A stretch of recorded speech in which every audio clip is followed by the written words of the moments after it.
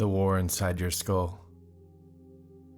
Listen carefully, because what you're about to hear is not comfortable. Right now, at this very moment, there is a war happening inside your skull. Not metaphorically, not philosophically, a real war. A war between two versions of you. One of them is weak, comfortable, predictable. The other is something far more dangerous. And the terrifying part? Both of them have access to your hands. Both of them control your decisions. Both of them can shape your future. The only question is, which one have you been feeding? Because every morning when the alarm goes off, the war begins. One voice whispers, "Stay in bed, you deserve rest. You worked hard yesterday." The other voice says nothing at first. It simply waits. But if you listen closely, it eventually speaks with a quiet, cold clarity. Get up. And in that moment, the war begins. Most people think life is decided by luck, connections, or talent, but that's not true. Life is decided by thousands of tiny battles inside your mind that nobody else can see.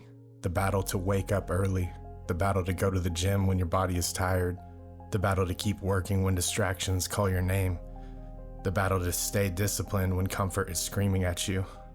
The battlefield isn't the world, the battlefield is your mind. And most people lose that war before the day even starts. They lose it when they hit the snooze button. They lose it when they scroll their phone instead of chasing their goals.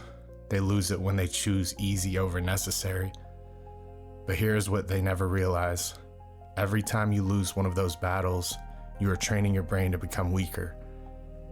Your mind starts to believe something dangerous. It starts to believe that comfort is the commander, that discipline is optional, that effort is negotiable. And once your brain learns that lesson, it becomes the prison guard. Let me give you an example. Imagine two people. Both wake up tired. Both have responsibilities. Both have dreams that they say they care about. But the first person listens to the comfortable voice. Just one more episode, just one more day off, just one more excuse. At first it seems harmless, but days become weeks, weeks become months, months become years. And suddenly they wake up at 40 years old wondering what happened to the life they once imagined. Not because they were incapable, but because they lost thousands of small wars inside their mind. Now imagine the second person. They hear the same comfortable voice, but they also hear the other one, the quieter one, the colder one, the voice that says, "Move." They don't always feel motivated, they don't always feel confident, they don't always feel ready, but they move anyway. They go to the gym when it's inconvenient, they keep learning when their brain is tired, they work when everyone else is relaxing, and slowly something begins to change. Their mind starts to adapt, their brain learns a new rule, that discipline is the commander, that effort is default, that quitting is not an option. And once your brain learns that lesson, something extraordinary happens. The war inside your skull begins to change because the comfortable voice gets weaker and the warrior voice gets stronger. Think about the most dangerous people you have ever met, the ones who command respect when they walk into a room, the ones who seem unstoppable. Do you think they were born different? No. They simply won more battles inside their mind than most people ever attempt to fight. When they were tired, they kept going. When they were discouraged, they kept moving. When they failed, they adjusted and attacked again. Over time, their mind became something powerful, a weapon. Because once you train your brain to obey discipline instead of comfort, you become very difficult to stop.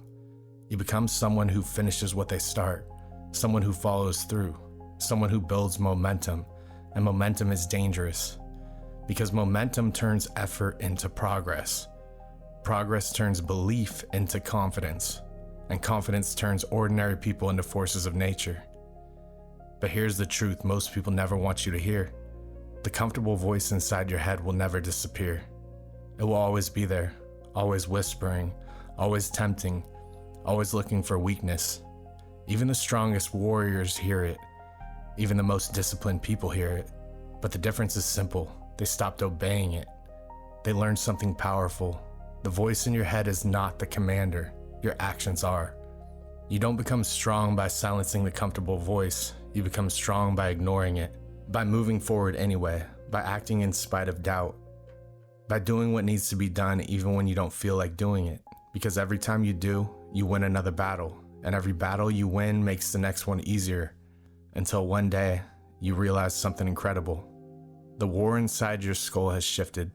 The warrior voice is louder, the comfortable voice is weaker, your habits are stronger, your mind is sharper, your discipline is automatic, and suddenly the things that once felt impossible become normal. Waking up early becomes normal, training your body becomes normal, working on your goals becomes normal, growth becomes normal.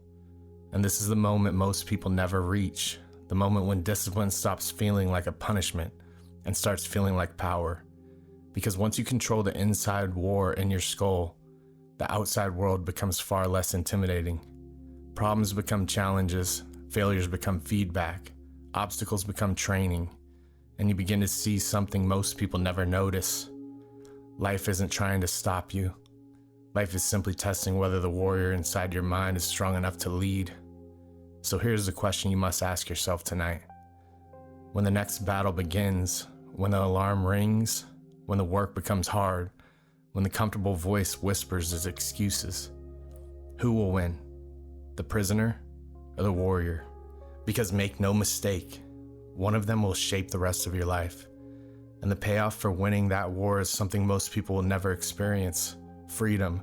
Not financial freedom, not social freedom, something deeper. The freedom that comes from knowing your mind belongs to you. The freedom that comes from mastering your impulses. The freedom that comes from becoming the person you once doubted you could be. And once you achieve that, you don't just change your life, you become the kind of person who changes the world around you. But it all begins with a war, a silent war, inside your skull. And the next battle starts tomorrow.